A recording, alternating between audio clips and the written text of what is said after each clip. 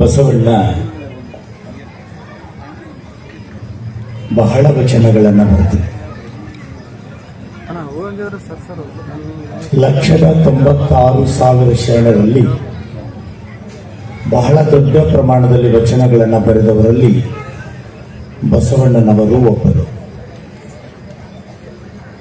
ಬಸವಣ್ಣನ ಎಲ್ಲಾ ವಚನಗಳನ್ನು ಬದಿಗಿಟ್ಟು ಒಂದು ಸಾಲನ್ನ ಸಿದ್ದೇಶ್ವರ ಶ್ರೀಗಳು ಪದೇ ಪದೇ ಹೇಳ್ತಾ ಇದ್ರು. ಒಂದು ಸಾಲ ಏನು? ನನ್ನನ್ನು ಸದಾ ಮುಗಿದ ಕೈ ಬಾಗಿದ ತಲೆಯಾಗಿರಿಸಿ ಕೂಡಲ ಸಂಗಮ ದೇವ. ಹುಣಸೂರಿನ ಮಿತ್ರರು ಮಾತಾಡುವಾಗ ಏನೇನು ಒಬ್ಬ ಸದ್ಗುರುವಿನ ಸನ್ನಿಧಾನದಲ್ಲಿ ಅವರಿಗೆ ಆಗಿರತಕ್ಕಂಥ ಅನುಭವಗಳನ್ನ ಹೇಳಿದರು. ವಾರೊಪ್ಪತ್ತಿನಲ್ಲಿ ಒಬ್ಬ ವ್ಯಕ್ತಿ, ಒಬ್ಬ ಸಂತ ಈ ತರನಾಗಿ ಒಬ್ಬರನ್ನ ಪರಿಣಮಿಸಲಿಕ್ಕೆ ಸಾಧ್ಯ ಇದೆ ಅಂದ್ರೆ 40 ವರ್ಷ ಅವರೊಂದಿಗೆ ಬದುಕಿರ್ತಕ್ಕಂಥ ನನ್ನ ಮೇಲೆ ಯಾವ ತರನಾದ ಪರಿಣಾಮ ಆಗಿರ್ತದೆ. I lived 40 long years with my Guruji. ಇವತ್ತಿನ ಈ ಕಾರ್ಯಕ್ರಮಕ್ಕೆ ಕಾರಣಕರ್ತರು ಪೂಜ್ಯರಾಗಿರ್ತಕ್ಕಂಥ ಜಂಬುನಾಥ್ ಮಳಿಮಠ್ ಗುರುಗಳು. ಮಳಿಮಠರು ನಾನು ಕಂಡಂತೆ ಕಳೆದ ಒಂದು ದಶಕದಿಂದ ಕೊಟ್ಟಿರ್ತಕ್ಕಂಥ ಸಂದೇಶ ಏನು ಅಂದ್ರೆ, ಪುಸ್ತಕ ಬರಲಿಲ್ಲ, ಪ್ರವಚನ ನೀಡಲಿಲ್ಲ, ರಾಜಕಾರಣವನ್ನು ಹುಟ್ಟುಹಾಕಲಿಲ್ಲ, ಧರ್ಮಗುರು ಅಂತಕ್ಕಂಥ ಶೀರ್ಷಿಕೆ ಬಳಸಲಿಲ್ಲ. ಯಾವುದೇ ವೇದಿಕೆ ಮೇಲೆ ಹೋದರೆ 2 ಶಬ್ದಗಳನ್ನ ಮತ್ತೆ ಮತ್ತೆ ಅವರು ಬಳಸ್ತಾರೆ. ಒಂದು ಯೋಗ, ಇನ್ನೊಂದು ಯೋಗ್ಯತೆ. ಯೋಗ ಅಂದ್ರೆ ಏನು, ಯೋಗ್ಯತೆ ಏನು? ಈ ಕ್ಷಣದಲ್ಲಿ ಈ ಪುಸ್ತಕ ಇಲ್ಲಿ ಬಿಡುಗಡೆ ಆಗ್ತಾ ಇದೆಯಲ್ಲ, ಇದು ಯೋಗ.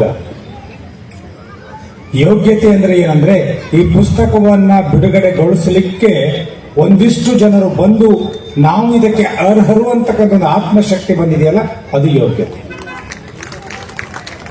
ಇದೇ ಒಂದು ವಿಚಾರವನ್ನು ಕುರಿತು ಸಿದ್ದೇಶ್ವರ ಸ್ವಾಮೀಜಿಯವರು ಒಂದು ಮಾತನ್ನ ಹೇಳಿದರು. ಕೂಡಲ ಸಂಗಮದಲ್ಲಿ ಅನುಭವ ಮಂಟಪ ನಿರ್ಧಾರ ಆಯಿತು, ಸ್ಥಾಪನೆ ಆಗಬೇಕು, ಕಟ್ಟಡ ಆಯಿತು. ಬಿಡುಗಡೆಗಾಗಿ ಯಾರನ್ನ ಕರೀಬೇಕು, ಯಾರು ಯೋಗ್ಯರು? ಯೋಗ ಮತ್ತು ಯೋಗ್ಯತೆ. ಒಂದು ಬಹಳ ದೊಡ್ಡ ಪಡೆ ಬಿಜಾಪುರದಿಂದ, ಬಾಗಲಕೋಟೆಯಿಂದ ಸಿದ್ದೇಶ್ವರ ಶ್ರೀಗಳ ಹತ್ರ ಬುದ್ಧಿ ತಾವು ಬಂದು ಕೂಡಲ ಸಂಗಮದಲ್ಲಿರ್ತಕ್ಕಂಥ ಅನುಭವ ಮಂಟಪವನ್ನ ಉದ್ಘಾಟನೆ ಮಾಡಬೇಕು.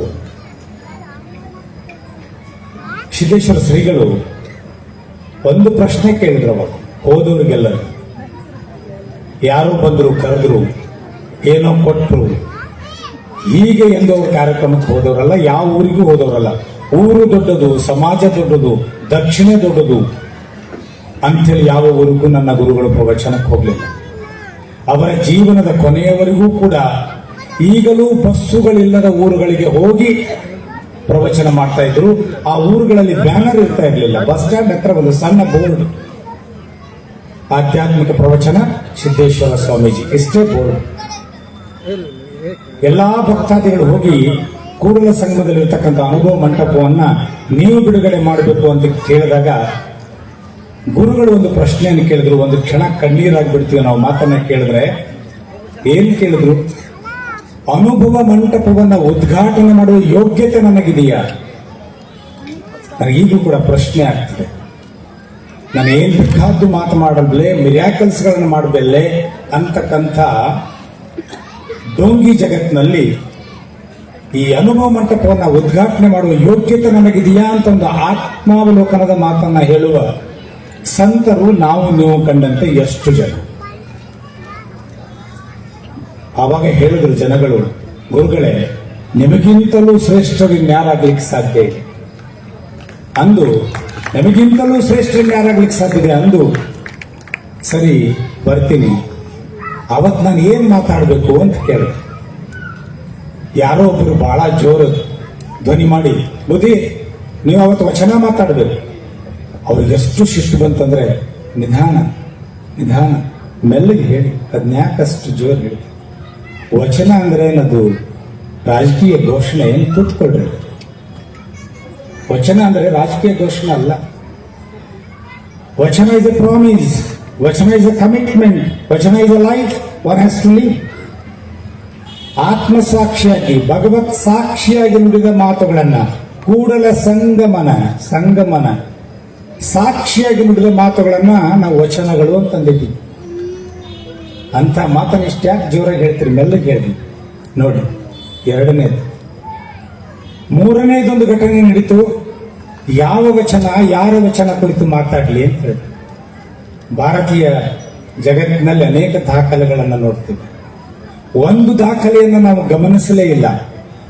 ಅಲ್ಲಮ ಪ್ರಭುವಿನ ಒಂದು ವಚನದ ಅರ್ಥವನ್ನ ಸ್ಪಷ್ಟವಾಗಿ ಹೇಳಿರೋ ಅವನು ಬಹಳ ದೊಡ್ಡ ಚಿಂತಕ ಸಾಧಕ ಅನ್ನುವ ದಿನಗಳಲ್ಲಿ ಅಲ್ಲಮ ವಚನ ನಿರ್ವಚನ ಅಂತಕ್ಕಂಥ ಸಾವಿರಾರು ಪುಟದ ಪುಸ್ತಕವನ್ನು ಸಿದ್ದೇಶ್ವರ ಶ್ರೀಗಳು ಬರೆದರು. ಸುತ್ತೂರು ಮಠ ಅದನ್ನು ಪ್ರಿಂಟ್ ಆಗ. Talking of Allama is not an easy task. ಫಿರ್ ಬಿ ಗುರುಗುಣ ಲಿಖಾನ ಜಾಯ್ ಅಂತ ಹೇಳ್ತೀನಿ. ಯಾವ ಗುರುವಿನ ಗುಣವನ್ನ ವರ್ಣಿಸಲಿಕ್ಕಾಗೋದಿಲ್ಲ. ಅಂಥ ಅಲ್ಲಮನನ್ನ ಕುರಿತು ಅವರ ವಚನಗಳಿಗೆ ನಿರ್ವಚನವನ್ನ ಮಾಡಬೇಕು ಅಂತಕ್ಕಂಥ ಒಂದು ಸಾಹಸದ ಕೆಲಸವನ್ನ ಸಿದ್ದೇಶ್ವರ ಶ್ರೀಗಳು ಮಾಡಿದ್ರು. ಯಾರ ವಚನ ಕುರಿತು ಮಾತಾಡಲಿ ಅಂತ ಪ್ರಶ್ನೆ ಮಾಡಿ ಕಾರ್ಯಕ್ರಮಕ್ಕೆ ಬಂದು 1 ತಿಂಗಳವರೆಗೆ ಸಿದ್ದೇಶ್ವರ ಸ್ವಾಮಿಗಳು ಮಾತಾಡಿದ್ದು, 1 ತಿಂಗಳವರೆಗೆ ಸಿದ್ದೇಶ್ವರ ಶ್ರೀಗಳು ಮಾತಾಡಿದ್ದು ಕೇವಲ 2 ಸಾಲನ್ನು. ಮನೆ ನೋಡ ಬಡವರು, ನಮ್ಮ ಶರಣರ ಮನ ನೋಡ ಘನಮಹಿಮ. ಈ 2 ಸಾಲನ್ನ 1 ತಿಂಗಳವರೆಗೆ ಪ್ರವಚನ ಮಾಡಿ. ಯಾಕೆ ಈ ನೆನಪನ್ನ ಇಲ್ಲಿ ನೆನಪಿಸಿಕೊಳ್ಬೇಕಾಗಿದೆ? ಜಮನಾಥ ಗುರುಗಳ ಜೊತೆ ಇದುವರೆಗೆ ಎಷ್ಟೇ ದಾರಿಯನ್ನು ಕ್ರಮಿಸಿಕೊಂಡು ಬಂದಿದ್ದೀನಿ, ಆ ಎಲ್ಲ ದಾರಿಯಲ್ಲಿ ಇಂಥ ಒಂದು ಅಚ್ಚರಿಯನ್ನ ನಾನು ನೋಡ್ತಾ ಬಂದಿದ್ದೀನಿ. ಇವತ್ತಿನ ಅಚ್ಚರಿ ಏನಂದ್ರೆ, ಈ ಕಾರ್ಯಕ್ರಮ ಮೈಸೂರಿನಲ್ಲಿ ನಡಿಬೇಕಾಗಿತ್ತು. ಆದರೆ ಇದ್ದಕ್ಕಿದ್ದಂತೆ ಬಳ್ಳಾರಿಗೆ ಕಾರ್ಯಕ್ರಮ ಶಿಫ್ಟ್ ಆಯಿತು. ಈ ಶಿಫ್ಟ್ ಅನ್ನ ಹೊತ್ತುಕೊಂಡು ಬಂದ 2 ಪುಣ್ಯಾತ್ಮರು, ಒಬ್ಬರು ಮನೋಜ್ ಪೆದ್ದಮಟ್ಟಂ, ಮತ್ತೊಬ್ಬ ಗೆಳೆಯ ಇಲ್ಲೇ ನಿಂತಿದ್ದಾರೆ ಮಧು ರಾಮಲಿಂಗಪ್ಪನವರು. ಒಂದು ಊರೊಳಗೆ ಇಬ್ಬರಿಗೆ ಒಬ್ಬ ಸಂತನನ್ನ ಹೊತ್ತುಕೊಂಡು ಬರುವ ಪ್ರಜ್ಞೆ ಇದೆಯಲ್ಲ, ಅದನ್ನು ಕೊಟ್ಟಂತ ಈ ಜಿಲ್ಲೆಯ ತಂದೆ ತಾಯಿಗಳಿಗೆ ಮೊದಲು ನಮಸ್ಕಾರ ಹೇಳ್ತಾರೆ. ಸಿನಿಮಾ ನಟ ನಟಿಯರನ್ನ ಕರೆದುಕೊಂಡು ಬರೋರಿದ್ದಾರೆ, ರಾಜಕಾರಣಿಗಳನ್ನ ಕರ್ಕೊಂಡು ಬರೋದಾರೆ, ಕ್ರಿಕೆಟ್ ಪ್ಲೇಯರ್ಸ್ ಅನ್ನ ಕರ್ಕೊಂಡು ಬರೋದಾರೆ, ಡ್ಯಾನ್ಸ್ ಮಾಡ್ಕೊಂಡು ಕರ್ಕೊಂಡು ಬರೋದಾರೆ. ಸಿದ್ದೇಶ್ವರ ಶ್ರೀಗಳನ್ನ ಕರ್ಕೊಂಡು ಬರಬೇಕಾದ್ರೆ ಅವ್ರಿಗೆ ಏನಾದರೂ ಒಂದು ಸಂಸ್ಕಾರ ಬೇಕು. ಅವರ ತಂದೆ ತಾಯಿಗಳಿಂದಲೋ ಅವರ ಮನೆತನದಿಂದಲೋ ಆ ನೆಲದಿಂದಲೋ ಒಂದು ಸಂಸ್ಕಾರ ಬಂದಿರಬೇಕು. ಇಲ್ಲಿ ಈ ಕಾರ್ಯಕ್ರಮ ನನಗೆ ಬಹಳ ಖುಷಿ ಕೊಡ್ತು. ಈ ವೇದಿಕೆ ನನಗೆ ಬಹಳ ಖುಷಿ ಕೊಡ್ತು. ನಿಮ್ಮೆಲ್ಲರ presence I felt very happy. ಆದ್ರೆ ಇದರ ಹಿಂದೆ ಒಂದು ಕಾರಣ ಇದೆ. ತಡ್ಕೊಳ್ಳೋ ಮಡಿವಾಳಪ್ಪ ಒಂದು ಸಾಲಿದೆ, ಸುಮ್ಮ ಹಾಡಿಬಿಡ್ತೀವಿ ಅದನ್ನು. ನಿಮ್ಮೂರಿಗೆ ನಾವು ಬರಬೇಕಾದರೆ ನಿಮ್ಮ ಮನಸ್ಸೊಂದ ಇರಬೇಕ. ಈ ಸಾಲದು ನೋಡಿದ್ರೆ ಬಹಳ ಯಾವುದೋ ಬೇಳ್ತನದ ಹಾಡು ಹಾಡ್ದಂಗೆ ಅನಿಸ್ತದೆ. ಆದ್ರೆ ಇದನ್ನ ನಮ್ಮ ಅಪ್ಪಳಿಗೆ ಕೇಳಿದೆ, ಏನ್ ಬುದ್ಧಿ, ನಿಮ್ಮೂರಿಗೆ ನಾವು ಬರಬೇಕಾದ್ರೆ ನಿಮ್ಮ ಮನಸ್ಸೊಂದ ಇರಬೇಕು. ನೋಡ್ರಿ, ಇನ್ನೊಮ್ಮೆ ಹೇಳಿ, ನೀವೇ ಓದ್ರಿ, ಗೊತ್ತಾಗ್ತದೆ. ಮತ್ತೆ ಓದಿ. ಒಂದು ಆಶ್ಚರ್ಯ ಅಂದ್ರೆ, ಸಿದ್ದೇಶ್ವರ ಶ್ರೀಗಳ ಒಟ್ಟು ಶಿಕ್ಷಣ ನಡೆದಿದ್ದು ಚಡಚಣದಲ್ಲಿ ಎಲ್ಲಿ ನಡೀತು ಅಂದ್ರೆ ಸಂಗಮೇಶ್ವರ ದೇವಸ್ಥಾನದ ಆವರಣದಲ್ಲಿಯೇ ನಡೀತು. 6ನೇ ಮುದ್ರಣ ಇಲ್ಲಿ ಯಾಕೆ ಬಂತು ಅಂದ್ರೆ, ಇಲ್ಲಿ ಒಬ್ಬ ಸಂಗಮನಾಥ, ಅಲ್ಲಿಯೂ ಒಬ್ಬ ಸಂಗಮನಾಥ. ನಿಮ್ಮೂರಿಗೆ ನಾವು ಬರಬೇಕಾದ್ರೆ ನಮ್ಮ ಯಾವುದು ಮನಸ್ಸಿನ ಮಾತಿರಬೇಕು. ಆ ಮನಸ್ಸು ಯಾರಂದ್ರೆ Kudala Sangama Deva Sangamesha may be in Ballari, Sangamesha may be in Chadchan, but Sanganatha is one. He is sakshi baba. ನನ್ನ ಗುರುಗಳು ಅದ್ಭುತವಾಗಿದ್ದರು. ಈ ಶತಮಾನದಲ್ಲಿ ಕಂಡ ಒಂದು ಅಚ್ಚರಿ ಏನಾದರೂ ಇದ್ರೆ ಆ ನನ್ನ ಗುರುಗಳು. ನಾನು ಅವರ ನಿಷ್ಠೆಯ ಶಿಷ್ಯ ಅಲ್ಲ, ಅವರು ಮಾಡಬಾರ್ದು ಅಂತ ಹೇಳಿದಲ್ಲ, ಮಾಡಿದ ಶಿಷ್ಯ. ಒಮ್ಮೆ ಸುಮ್ಮನೆ ಏನೋ ಪ್ರಶ್ನೆ ಕೇಳೋದು, ಅವ್ರ ತಲೆ ತಿನ್ನೋದು. ಹುಣಸೂರು ಶಾಸಕರು ಹೇಳ್ತಾ ಇದ್ರು, ನಮಗೆ ಪಾಠ ಮಾಡಿದ್ರು. ಅವರು ಎಲ್ಲಿ ಪಾಠ ಮಾಡಿದ್ರು ಅದೇ ಜೀವನೋತ್ಸಾಹ ಶಿಬಿರ ಅಂತ ಕರೀತಾರೆ. ಅದೇ ಶಿಬಿರಕ್ಕೆ ನಾನು ನನ್ನ ಗುರುಗಳು ಕುಳಿತ ಚೇರ್ ಮೇಲೆ ಕೂತ್ಕೊಂಡು ಮಾತಾಡಿದೆ. ಇದು ಉದ್ದಟತನನೇ ಅಪ್ಪ ಅನ್ನಿಸ್ತದ ನನಗೆ. ಆದ್ರೆ ಕಂಡೀಷನ್ ಇದೆ, ಅಲ್ಲೇ ಕೂತ್ಕೋಬೇಕಂತೇಳಿ. ಗುರುಗಳು ಹೇಗಿದ್ರಂದ್ರೆ, ಅನೇಕ ಸಾರಿ ನಾವು ಸಣ್ಣ ಹುಡುಗರನ್ನ ಸ್ಟೇಜ್ ಮೇಲೆ ಕೂರಿಸಿ ಮಾತಾಡಿ ಅಂತ ಹೇಳಿ ಮುಂದೆ ಕೂತ್ಕೋತಿದ್ರು. ಅವರು ಕೆಳಗಡೆ ಕೂತ್ಕೊಳ್ತಾ ಇದ್ರು. ನಾನು ಅಲ್ಲಿ ಒಂದು ಚೇರ್ ಮೇಲೆ ಕೂತ್ಕೊಂಡಿದ್ದೇನೆ, ಬಹಳ ಬೇಸರ ಪಟ್ಕೊಂಡ್ರೆ ಅನೇಕರು ಲೇಖಕರು ದಂಡಿಯಲ್ಲಿ ಕೂತಿದ್ದಾರೆ. ಈ ಲೇಖಕ ಅಂತಕ್ಕಂಥ ಒಬ್ಬ ಕ್ಷುದ್ರ ಮನುಷ್ಯನ ಮುಂದೆ ಒಬ್ಬ ಮಹಾಸಂತರು ಕೂತಿದ್ದಾರೆ. He never bothered about the chairs. It is through you that the chair gets the value. It is not through the chair that you will get value. ನನ್ನಿಂದ ನನ್ನ ಚೇರಿಗೆ ಒಂದು ಮರ್ಯಾದೆ ಬರ್ತದೆ, ನನ್ನಿಂದ ನನ್ನ ಚಪ್ಪಲಿಗೂ ಮರ್ಯಾದೆ ಬರ್ತದೆ. ಗಾಂಧಿ ಬೆಳೆಸಿದ ವಸ್ತುಗಳನ್ನ ಇವತ್ತಿಗೂ ಬ್ರಿಟಿಷ್ ಮ್ಯೂಸಿಯಂನಲ್ಲಿ ನೀವು ಆಕ್ಷನ್ ಇಡಬಹುದು. ಯಾಕಂದ್ರೆ ಅದು ಗಾಂಧಿ ಬೆಳೆಸಿದ ಮೆಟ್ಟು, ಗಾಂಧಿ ಬೆಳೆಸಿದ ಸ್ಪೆಕ್ಟು, ಗಾಂಧಿ ಬೆಳೆಸಿದ ಬೆತ್ತ. ಆದರೆ ಗಾಂಧಿ ಆಗೋದಿದೆಯಲ್ಲ ಅದೆಲ್ಲೋ ಒಂದು ಶತಮಾನಕ್ಕೆ, ಸಿದ್ದೇಶ್ವರ ಸ್ವಾಮಿ ಆಗೋದಿದೆಯಲ್ಲ ಎಲ್ಲೋ ಒಂದು ಶತಮಾನಕ್ಕೆ. ನಾನು ಅನೇಕ ಸಾರಿ ಕ್ವಶನ್ ಕೇಳ್ತಿದ್ದೆ, ಗುರುಗಳೇ ಬರೇ ನನಗಂತ ಇದ್ರೊಳಗೆ ಏನೋ ಕನೆಕ್ಟಿವಿಟಿ ಕಾಣಿಸ್ತಿಲ್ಲ. ಇಂಡಿಯಾ ಇಸ್ ವೆರಿ ಗ್ರೇಟ್ ಅಂತ spiritual in how it is great. ಅನೇಕ ಪ್ರಶ್ನೆಗಳಲ್ಲಿ ಒಂದು ಪ್ರಶ್ನೆ, ಭಾರತ ಗ್ರೇಟ್, ಹೆಜ್ಜೆಗೊಂದು ಜಾತಿ, ಓಣಿಗೊಂದು ಕುಲ, ಮನೆಗೆ 4 ಬಾಗಿಲು, 3 ಬಾಗಿಲು, 6 ಬಾಗಿಲು, ಏನಿದೆ ಇದರೊಳಗೆ? ಅವಾಗ ಅವರು just has given a beautiful explanation, ಬಹಳ ಚಂದನ ಎಕ್ಸ್ಪ್ಲನೇಷನ್ ಕೊಟ್ಟರು. ನನಗೆ ಅಲ್ಲಿವರೆಗೆ ಗೊತ್ತಿರಲಿಲ್ಲ. ಭಾರತ ಅಂದ್ರೆ ಭರತ ಮುನಿಯಿಂದ ಹೀಗೆ, ಅಲ್ಲಿ ಭಗೀರಥ, ಇವೆಲ್ಲ ಶಬ್ದಗಳು. ನನ್ನ ಗುರುಗಳೊಂದು ಹೊಸ ಡೆಫಿನೇಷನ್ ಕೊಟ್ಟರು. What is India? India is not mere population. India is not just monuments. India is not its physical beauty and richness. ಹಾಗಿದ್ರೆ ಇಂಡಿಯಾ ಅಂದ್ರೆ ಏನು? ಅವ್ರು ಹೇಳಿದ್ರು, ಬಾ ಅಂದ್ರೆ ಬೆಳಕು, ರತಿ ಅಂದ್ರೆ ಪ್ರೀತಿ. ಭಾರತ ಅಂದ್ರೆ ಬೆಳಕನ್ನ ಪ್ರೀತಿಸುವವರ ದೇಶ, ಇದು ಕತ್ತಲೆಯನ್ನ ಪ್ರೀತಿಸುವವರ ದೇಶ. Life is a battle, Europeans ಹೇಳ್ತಾರೆ. ಲೈಫ್ ಇಸ್ ಅ ಫೆಸ್ಟಿವಲ್, ಇದು ಇಂಡಿಯನ್ಸ್ ಹೇಳ್ತಾರೆ. ಇಲ್ಲಿ ಸಾವು ಕೂಡ ಒಂದು ಹಬ್ಬವೇ, ಇಲ್ಲಿ ಹುಟ್ಟುವು ಕೂಡ ಒಂದು ಹಬ್ಬವೇ. ಇಲ್ಲಿ ಪ್ರತಿಯೊಂದು ಹಬ್ಬ ಆಗಿಸಿ ದೀಪ ಬೆಳಗೋದ್ರಿಂದ, ದೀಪ ಹಚ್ಚಿಡೋದ್ರಿಂದ ಇದು ಭಾರತ, ಇದು ಬೆಳಕಿನಡೆಗೆ ನೋಡುವವರ ದೇಶ. ಇದು ನನಗೆ ಮತ್ತೆ ನನ್ನ ಜವಾಬ್ದಾರಿಯನ್ನ ಹೆಚ್ಚಿಸಿರ್ತಕ್ಕಂಥ. ನಾನು ಲೇಖಕ, ನಿಜವಾದ ಅರ್ಥ ಹೇಳಿದ್ರೆ ಪುಸ್ತಕ ಮುಂದಾದ್ಮೇಲೆ ಲೇಖಕ ಹಿಂದಾಗಬೇಕು. ಲೇಖಕ ಮುಂದಾದರೆ ಪುಸ್ತಕ ಹೇಳೋದಿಲ್ಲ. ನಾವು ಬೊಬ್ರು ವಾಹನ ಅಂದ್ರೆ ರಾಜ್ಕುಮಾರ್ ಅಂತೀವಿ, ಗಿರಿಕನ್ಯಾ ಅಂದ್ರೆ ರಾಜ್ಕುಮಾರ್ ಅಂತೀವಿ, ಸಂಪತ್ತಿಗೆ ಸವಾಲ್ ಅಂದ್ರೆ ರಾಜ್ಕುಮಾರ್ ಅಂತೀವಿ. ಸಿನಿಮಾ ಮುಂದಾಗ್ತದೆ, ಹೀರೋ ಹಿಂದಾಗ್ತಾನೆ. ಹಾಗೆ ಕೃತಿ ಮುಂದಾಗಬೇಕು, ಲೇಖಕ ಹಿಂದಾಗಬೇಕು. ಇವತ್ತು ಸತ್ಯ ಹೇಳ್ಬೇಕಂದ್ರೆ ಸ್ಟೇಜ್ ಮೇಲೆ ಬರಬೇಕು, ಕೂತ್ಕೋಬೇಕು ಅಂತಕ್ಕಂಥ ಯಾವ ವಾಂಛೆಯೂ ನನಗೆ ಉಳಿದಿಲ್ಲ. ನನ್ನ ಗುರುಗಳ ಒಬ್ಬ ಗುರು ಬದುಕನ್ನ ತೋರಿಸಿದ್ರು, ಇನ್ನೊಬ್ಬ ಗುರು ಜಂಬುನಾಥ್ ಮಳಿಮಠರು ಇದನ್ನ ಬೆಳಕಿನಂತೆ ತಗೊಂಡು ಹೋಗು ಅಂತೇಳಿ ಕೈಯಲ್ಲಿ ದೀಪ ಕೊಟ್ಟು ಕಳಿಸಿದ್ರು. ಅದು ಅವರ ಸಂಕಲ್ಪ. ಈ ಜಾತ್ರೆ, ಇವತ್ತಿನ ಈ ಕಾರ್ಯಕ್ರಮ ಯಾರ ಸಂಕಲ್ಪದಲ್ಲಿ ಮೂಡಿತ್ತು ಅಂದ್ರೆ ಅದು ಜಂಬುನಾಥ್ ಮಳಿಮಠ ಸಂಕಲ್ಪದಲ್ಲಿ ಮೂಡಿತ್ತು. ಅವರಿಗೆ ನಾನು ಋಣಿಯಾಗಿದ್ದೇನೆ ಅಂತ ಹೇಳುವುದು ಕೂಡ ಒಂದು ನಾಟಕೀಯ ಮಾತು ಅನಿಸಿ. ಯೋಗ್ಯರು ಬಹಳ ಜನ ಇದ್ದೀವಿ. ಇಲ್ಲಿ ಒಬ್ಬರು ಅನ್ನಪೂರ್ಣಮ್ಮ ಅಂತಿದ್ದಾರೆ, ಅವ್ರ ಬಗ್ಗೆ ಒಂದು ಮಾತನ್ನ ಹೇಳಲೇಬೇಕು. ಅವರು ಬಹಳ ದೊಡ್ಡ ರಾಜಕಾರಣಿ ಅಂತ ನಾನು ಎಂದೂ ತಿಳ್ಕೊಂಡಿಲ್ಲ. Politics is entirely different matter. ಆದರೆ ಅವಳಲ್ಲಿ ಒಂದು ಗುಣಗ್ರಾಹಿತ್ವ ಅಂತಿದೆ. ನನ್ನ ಗುರುಗಳು ಹೇಳ್ತಾರೆ, who is the man one who can identify the quality of the society. ಏನು ಗುಣಗ್ರಾಹತ್ವ? ಪುಸ್ತಕ ಬಂತು, ಯಾರೊಬ್ಬರು ಸ್ವಾಮೀಜಿ ಹೇಳಿಬಿಟ್ರು, ಇದು ಮೊದಲು ಸ್ವಾಮೀಜಿಗಳೇ ಓದಬೇಕು ಅಂತ ಹೇಳಿದ್ರು ಸ್ಟೇಜ್ ಮೇಲೆ. ಯೋಗಸ್ಥ ಜನ ಓದೋದಲ್ಲ, ಸ್ವಾಮೀಜಿಗಳು ಓದಬೇಕು ಅಂತ. ಆದ್ರೆ ಸ್ವಾಮೀಜಿಗಳು ಓದ್ಬೇಕಂದ್ರೆ ಇದು ಹೋಗಿ ಮುಟ್ಟಬೇಕಂದ್ರೆ ಇದನ್ನು ಕಳಿಸ್ಬೇಕಂದ್ರೆ ಒಂದು ಪುಸ್ತಕದ ಹಿಂದೆ 340 ರೂಪಾಯಿ ಖರ್ಚು ಬರ್ತಿದೆ. ಕರ್ನಾಟಕ ರಾಜ್ಯದಲ್ಲಿ ಜೀವಂತವಾಗಿರುವ 1248 ಮಠಗಳಿವೆ. ಕೌಂಟಿಗೆ 2000 ಚಿಲ್ಲರೆ ಇವೆ. ಅದರ ಆಚೆನೂ ಮಠಗಳ ಸಂಖ್ಯೆ ಇದೆ. ನಾವು 1500 ಮಠಗಳ ಕ್ಯಾಲ್ಕುಲೇಷನ್ ಮಾಡಿದೀವಿ. ಅವಾಗ ಒಬ್ಬ ಮಹಿಳೆ ಆಗ ಅವರು MLA ಅಲ್ಲ, ಯಾವುದೇ ಪೊಸಿಷನ್ ಇಲ್ಲ.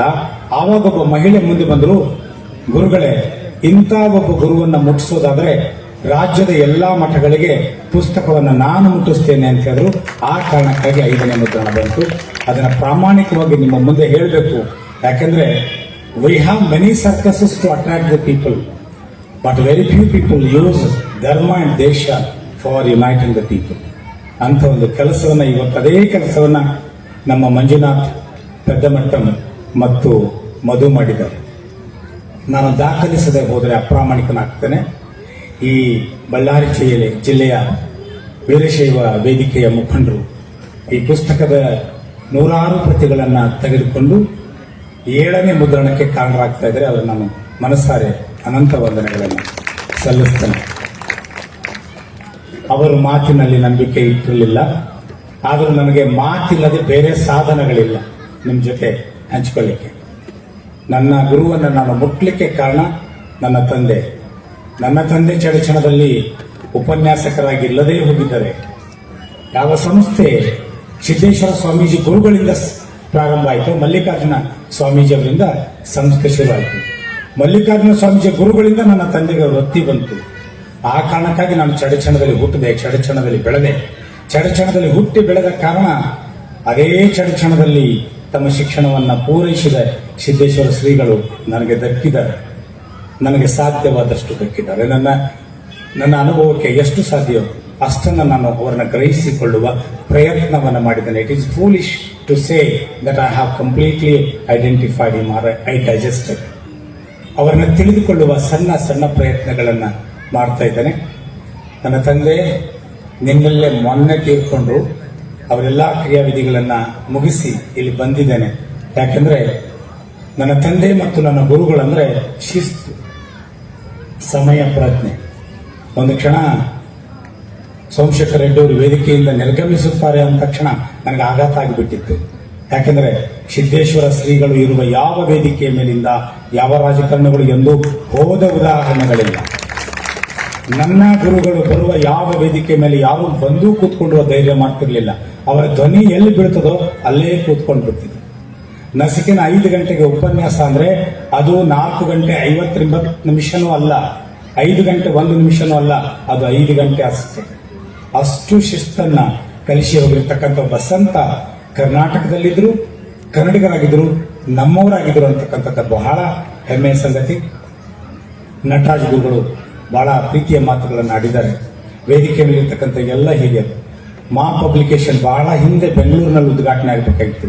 ಅದು ಕೂಡ ಕೂಡಲ ಸಂಗಮನ ಅಡಿದಾವರಿಯಲ್ಲಿ ಸಿದ್ದೇಶ್ವರ ಸ್ವಾಮಿಗಳ ಸಾಕ್ಷಿಯಾಗಿ ಇಲ್ಲಿ ಬಿಡುಗಡೆ ಆಗಬೇಕಾಗಿತ್ತು. ಇವತ್ತು ಮಾ ಪಬ್ಲಿಕೇಶನ್ ಉದ್ಘಾಟನೆ ಆಗಿದೆ. ಅದರಿಂದ ಸಂತ ಮತ್ತು ರಾಷ್ಟ್ರಕ್ಕೆ ಸಂಬಂಧಪಟ್ಟಂತ ಸಾಹಿತ್ಯವನ್ನ ಹೊರಗಡೆ ತರಬೇಕು ಅಂತಕ್ಕಂಥ ಒಂದು ಸಂಕಲ್ಪವನ್ನು ಮಾಡಿರ್ತಕ್ಕಂಥ ಗೆಳೆಯ ವಿಶ್ವನಾಥ್ ಬಿರಾದ್ ಅವರಿಗೆ ಅನಂತ ವಂದನೆಗಳನ್ನ ಸಲ್ಲಿಸ್ತಾನೆ. ಕಲ್ಯಾಣ ಸ್ವಾಮೀಜಿಯವರು ಬಹುತೇಕನ ಇಷ್ಟೋತನ ಏನ್ ಮಾತಾಡದೆ ಅಥವಾ ಈ ಪುಸ್ತಕದಲ್ಲಿ ಏನು ಬರದೆ ಅದಕ್ಕಿಂತಲೂ ದೊಡ್ಡ ಮಾತನ್ನ ಹೇಳಬೇಕು. ಏನು, ಮೊಬೈಲ್ ಬದಿಗಿಡಿ, ಪುಸ್ತಕ ಕೈಗೆ ಬರಲಿ, ದಿನಕ್ಕೆ 1 ಪುಟ ಅರ್ಧ ಪುಟ ಓದಿದ್ರೆ ಸಾಕು, ಬದುಕು ಬದಲಾಗುತ್ತದೆ. ಆ ಮಾತು ಬಹಳ ದೊಡ್ಡದು. ಯಾವುದನ್ನಾದ್ರೂ ಕೇಳಿ ಆ ಕ್ಷಣ ಏನೋ ಅನಿಸ್ಬಿಡ್ತದೆ, ಅದನ್ನ 10 ದಿವಸ 5 ದಿವಸ ಕಾರ್ಯಗತ ಮಾಡೋದು ಬಹಳ ಕಷ್ಟ ಆಗ್ತದೆ. ಅಂತ ಸಂತನೆಂದರೆ ಸರಳತೆ, ಸಂತನೆಂದರೆ ಸಮಾವಿಷ್ಟತೆ, ಸಂತನೆಂದರೆ ಸಾಮಾಜಿಕ ಸಮೃದ್ಧಿ. ಗುರುಗಳು ಹೇಳ್ತಾ ಇದ್ರು ಬಹಳ ಅವಶ್ಯಕತೆ ಇದೆ, ಬಳ್ಳಾರಿಯಲ್ಲಿ ಇಂಥ ಒಂದು ಕಾರ್ಯಕ್ರಮ ಅವಶ್ಯಕತೆ ಇದೆ ಅಂತೇಳಿ ಮಳಿಮಠ ಗುರುಗಳು ಹೇಳ್ತಾ ಇದ್ರು. ಯಾಕೆ ಅವಶ್ಯಕತೆ ಇದೆ ಗುರುಗಳೇ? ಇಲ್ಲ, ಬಳ್ಳಾರಿ ಜನ ಬಹಳ ಸ್ಪೀಡ್ ಇದ್ದಾರೆ. They run very fast. ಒಂದಿಷ್ಟು ಬ್ರೇಕ್ ಬೇಕಾಗಿದೆ, ಒಂದಿಷ್ಟು ಧರ್ಮ ದೇಶ ಅಂತ ಚಿಂತನೆಗೆ ಹಚ್ಚಬೇಕಾಗಿದೆ. ರಾಜಕಾರಣ ಹ್ಯಾಸ್ ಬಿಕಮ್ ಪಾಲಿಟಿಕ್ಸ್ ಪ್ರೊಫೆಷನ್. ಯಾರು ಏನಾಗಬೇಕು ಅಂದ್ರೆ ನೆಕ್ಸ್ಟ್ ರಾಜಕಾರಣಿಗಳ ಮಕ್ಕಳಾರೂ ಕೂಡ ವೈರಾಗ್ಯ ಬಂದು ಬೇರೆ ಕಡೆ ಹೋಗಿದ ಉದಾಹರಣೆಗಳೇ ಇಲ್ಲ. They have not come to the social fields. Social field does not mean any identity. ಇದೇ ಮಾತನ್ನ ಸಿದ್ದೇಶ್ವರ ಶ್ರೀಗಳು ಹೇಳ್ತಿದ್ರು. ಅವರೊಂದು ಸಣ್ಣ ಕಥೆ ಹೇಳ್ತಿದ್ರು. ಆ ಮಾತನ್ನ ಹೇಳಿ ನನ್ನ ಮಾತುಗಳನ್ನು ಉದಾಹರಣೆ ಹೇಳಿ ಮಾತು ಮುಗಿಸ್ತೇನೆ. ಯಾರೋ ಒಬ್ಬ ರಾಜನ ಹತ್ರ ಹೋದ. ರಾಜ ಕೇಳಿದ, ನಿನಗೆ ಎಷ್ಟು ಜಮೀನು ಬೇಕು? ಇದು ಟಾಲ್ಸ್ಟಾಯ್ ಬರೆದ ಕತೆ. ಸಿದ್ದೇಶ್ವರ ಕೂಡ ಬಹಳ ಪ್ರೀತಿಯಾಗಿತ್ತು. ಯಾಕೆ ಹೀಗಿದೆಯಾ, ಇಷ್ಟೊಂದು ಡಲ್ ಆಗಿದೆಯಾ, ನಿನಗೇನು ಬೇಕು? ಅವನು ಹೇಳ್ದ, ರಾಜ, ನಾನು ನಡೆದಷ್ಟು ಭೂಮಿ ಬೇಕು. ಸರಿ, ನಾಳೆ ಬೆಳಗ್ಗೆ ಇಲ್ಲಿ ಬಾ, ನೀನು ನಡೆಯಕ್ಕೆ ಶುರು ಮಾಡು. ಎಲ್ಲೆಲ್ಲಿ ನಡೀತೀಯೋ ಅಲ್ಲೊಂದು ಬಾವುಟ ಹಾಕಿ ಬಾ. ಎಷ್ಟು ನಡೀತೀಯೋ ಅಷ್ಟು ಭೂಮಿ ನನ್ನದು. ಬೆನ್ನಿಗೆ ನೀರು, ಒಂದು ರೊಟ್ಟಿ ಕಟ್ಕೊಂಡು ನಡೆಯಕ್ಕೆ ಶುರು ಮಾಡ್ದ. ನಡೆದ ನೀರು ಕುಡಿಬೇಕಂದ ತಕ್ಷಣ ನೆನಪಾಗ್ತಿತ್ತು, ನೀರು ಕುಡಿಬಿಟ್ರೆ ಮತ್ತೊಂದಿಷ್ಟು ಜಮೀನು ಕಡಿಮೆ ಆಗ್ತದೆ. ಊಟ ಮಾಡ್ಬೇಕಾದ್ರೆ ನೆನಪಾಗ್ತಿತ್ತು. ಊಟ ಮಾಡ್ಕೊಂಡು ತಿಂದ್ರೆ ಜಮೀನು ಕಡಿಮೆ ಆಗ್ತದೆ. ಊಟ ಬಿಟ್ಟ, ನೀರು ಬಿಟ್ಟ, ನಡೆದಲ್ಲೆಲ್ಲ ಬಾವುಟ ಕೂತ್ಕೋತಿದ್ದ ದಣಿವಾಗಿ. ತಕ್ಷಣ ನೆನಪಾಗ ನಡೆದಷ್ಟು ಭೂಮಿ ರಾಜ ಪ್ರಾಮಿಸ್ ಮಾಡಿದ್ ನೆನಪಾಗ್ತಿತ್ತು. ಮತ್ತೆ ನಡೀತಿದ್ದ. ನಡೆದು ಒಂದು ರೌಂಡ್ ಹೊಡೆದು ಹೀಗೆ ಬಂದ ಬೆಟ್ಟದ ಮೇಲೆ ರಾಜ ಕೂತಿದ್ದ. ನೋಡು, ನೀನ್ ಎಷ್ಟು ನಡೀತೀಯೋ ಅಷ್ಟು ಭೂಮಿ ನಿಂದು ಅಂತ ಹೇಳಿದ್ದೀನಿ, ನೆನಪಿಟ್ಕೋ ಅಂದ. ಮತ್ತೆ ಡೈರೆಕ್ಷನ್ ಚೇಂಜ್ ಮಾಡ್ದ. ಮತ್ತೆ ಒಳ್ಳೊಳ್ಳೆ ಭೂಮಿ ಮೇಲೆ ಬಾವುಟ ನೆಟ್ಟ. ಬಂದ. ಇನ್ನೇನು ಸೂರ್ಯಾಸ್ತ ಆಗೋದ್ರೊಳಗಾಗಿ ಬಂದ್ಬಿಟ್ಟು ಅಷ್ಟೇ ಭೂಮಿ ಅವನಿಗೆ. ನೋಡ್ತಾನೆ ಸೂರ್ಯಾಸ್ತ ಆಗ್ತಾ ಇದೆ. ರಾಜ ಮೇಲ್ಗಡೆ ಕೂತಿದ್ದಾನೆ. ಸಮೀಪ ಬರ್ಬೇಕಂತ ಓಡಿ ಓಡಿ ಓಡಿ ಒಂದು ದಪ್ಪನೆ ಬಿದ್ದ.